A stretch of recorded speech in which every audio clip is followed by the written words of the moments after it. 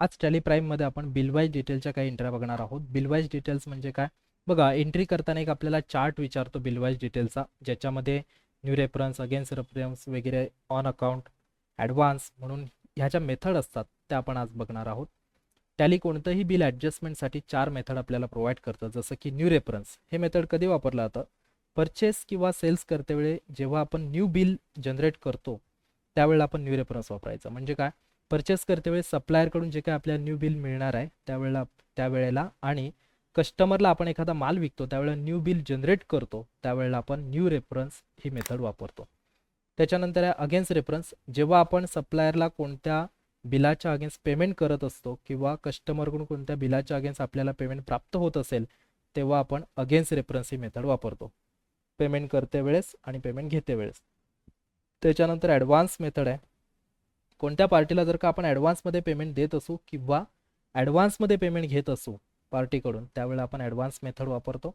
आणि on account, जेव्हा आपल्याला party hand to hand cash payment करते त्यावेळेला डायरेक्टली किंवा आपल्या अकाउंटवरती डायरेक्टली अमाऊंट डेबिट होणं किंवा अकाउंटवरती डायरेक्टली अमाऊंट क्रेडिट होणं त्याला ऑन अकाउंट त्यावेळेला वापरलं जातं.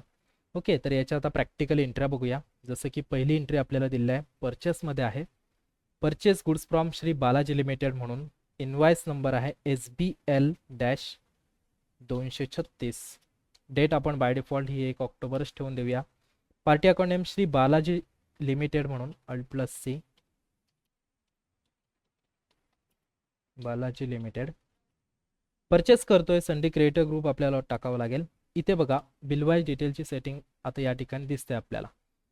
इथे आपल्याला येस करून घ्यायचं असतंय बिलवाईजला. आणि जर का आपण त्याला उधारीवरती काय जर का खरेदी करत असू, क्रेडिट पिरियड आपण किती दिवसांचं त्यांना देत असू ते इथे डेज टाकायचे. फॉर एक्झाम्पल 10 डेज, 15 डेज, तर आपण 15 डेज बाय डिफॉल्ट टाकू.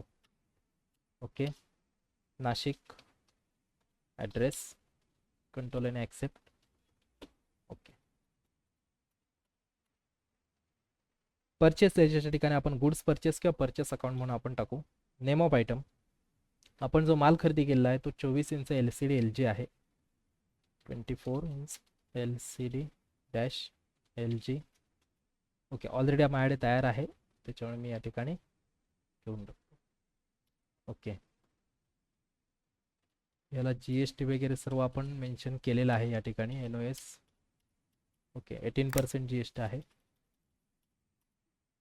ओके, लोकेशनच्या ठिकाणी आपल्याला शोरूम, क्वांटिटी आहेत 5, रेट आहे 9,590 पर NOS आहे.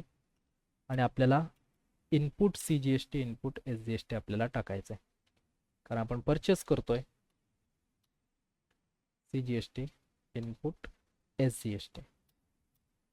तर बघा, ही जी ई-वे बिल डिटेल्स आहे याच्या आपण सेपरेट एक व्हिडिओ बनवणार आहोत. जसं की त्याच्यामध्ये ट्रान्सपोर्टरची वगैरे डिटेल टाकावी लागते आणि आपल्याला ह्या विंडोसाठी आपण ही व्हिडिओ बघतोय. बिलवाईज डिटेल्स आहे. बघा, न्यू रेफरन्स या ठिकाणी टॅलीने बाय डिफॉल्ट घेतलेला आहे. का न्यू रेफरन्स आहे? कारण या पार्टीच्या नावाने आपण नवीन बिल जनरेट करतोय, म्हणजे त्या पार्टीकडून परचेस करते वेळेस, म्हणून इथे आपल्याला शो होत आहे. ऑटोमॅटिकली SBL म्हणून त्याचा नंबर आलेला आहे, इनवाइस नंबर. आणि आपण 15 डेज या पार्टीच्या अंडरमध्ये टाकले होते तेच इथे आलेले आहे. ही जर का विंडो आपल्याला आली नाही तर आपण काय चुकी करतो? F12 मध्ये ही जी सेटिंग आहे यूज डिफॉल्ट बिलवाईज डिटेल्स, याला जर का येस असेल तर ही विंडो येणार नाही आपली. याला नो ठेवायचं आहे, तेव्हाच आपल्याला ही विंडो मिळून जाईल. ओके, न्यू रेफरन्स वापरला जाणार कधी? नवीन बिलच्या टायमिंगला.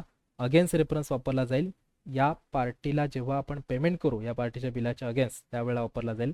ॲडव्हान्समध्ये जर का पेमेंट घेता वेळेस किंवा देतो त्यावेळेला. आणि ऑन अकाउंट कधी वापरतो?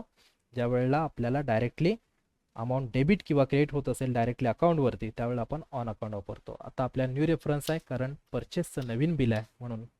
ओके, नरेशन मेन्शन करून आपण या ठिकाणी ॲक्सेप्ट करून घेऊ. अशा पद्धतीने आपली पहिली एंट्री झाली आहे ज्याच्यामध्ये मला फक्त दाखवायचं होतं न्यू रेफरन्स आपण कधी वापरतो. त्याच्यानंतर आहे सेलची एक आपण एंट्री मारूया आणि मग त्यांना आपण पेमेंट वगैरे करू. ओके, सेल्स आहे F8, रेफरन्स नंबर आहे 104. पार्टी अकाउंट आहे सोनी इलेक्ट्रॉनिक्स, आपल्याकडे रेडी नाही आहे.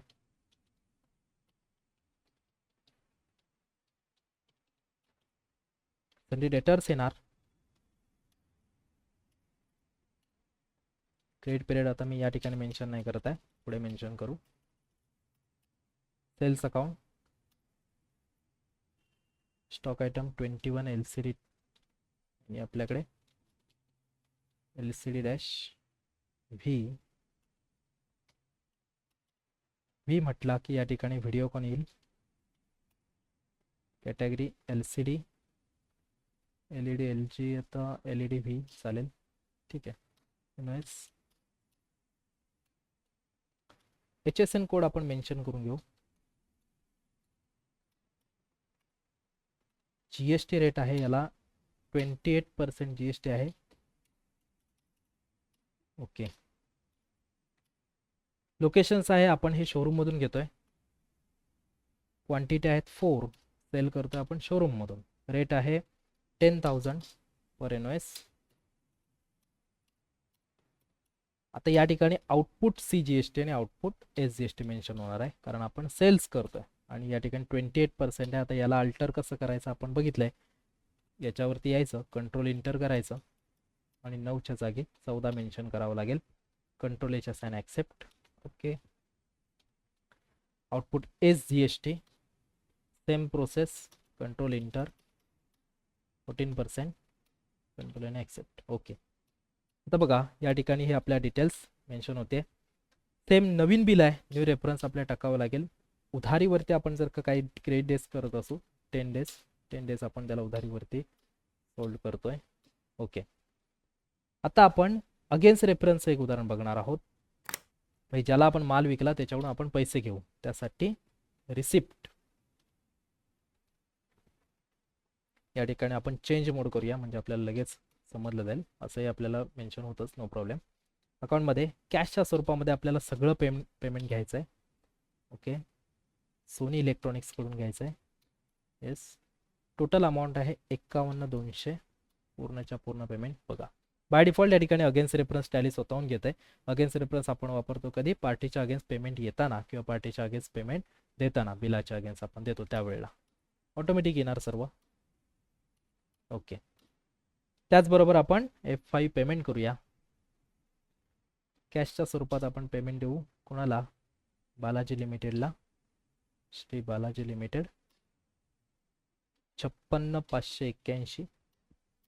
ओके. बघा या ठिकाणी अगेन्स्ट रेफरन्स आलाय, पार्टीच्या अगेन्स्ट पेमेंट आपण देतोय, बिलाच्या अगेन्स्ट. ऑटोमॅटिक सगळे डेज वगैरे येणार. ओके. आता आपण ॲडव्हान्समधून एखाद्या पार्टीकडून पेमेंट घेऊ. फॉर एक्झाम्पल या ठिकाणी आपण कॅशच्या स्वरूपामध्ये ॲडव्हान्समध्ये पहिलं देऊ पेमेंट. ओके. कोणाला देऊया, तर सपोज पकडा यालाच देऊन टाकू ॲडव्हान्समध्ये पेमेंट. सपोज पकडा 10,000. तर आता इथे आपल्याला काय करावं लागेल, ॲडव्हान्समध्ये देतोय आपण म्हणून आपण या ठिकाणी ॲडव्हान्स मेन्शन करू. डायरेक्ट या ठिकाणी ॲडव्हान्स मेन्शन करतोय मी, त्याला ॲडव्हान्समध्ये पेमेंट देतोय माझ्याकडून. अशा पद्धतीने ॲडव्हान्समध्ये एखाद्याला देत असाल तर. त्याचबरोबर ॲडव्हान्समध्ये घेताना सुद्धा सेम ऑन अकाउंट ॲडव्हान्स वापरायचा आहे. आणि ऑन अकाउंट कधी आपल्याला वापरायचं आहे, ज्यावेळेला आपण डायरेक्टली एखाद्याच्या खात्यावरती व्यवहार करत असू, डेबिट किंवा क्रेडिट, त्यावेळेला आपण वापरू शकतो. तिथे आपण ऑन अकाउंट सिलेक्ट करून घेऊ. सपोज पकडा F6, आपल्या अकाउंटमध्ये अमाऊंट क्रिएट होती आहे, तर आपण ते टाकू. कोणाकडून क्रिएट होते आहे, सपोज पकडा आपण घेतोय सोनी इलेक्ट्रॉनिक्सकडून पैसे घेतोय, 15,000 रुपये आपण घेत असू.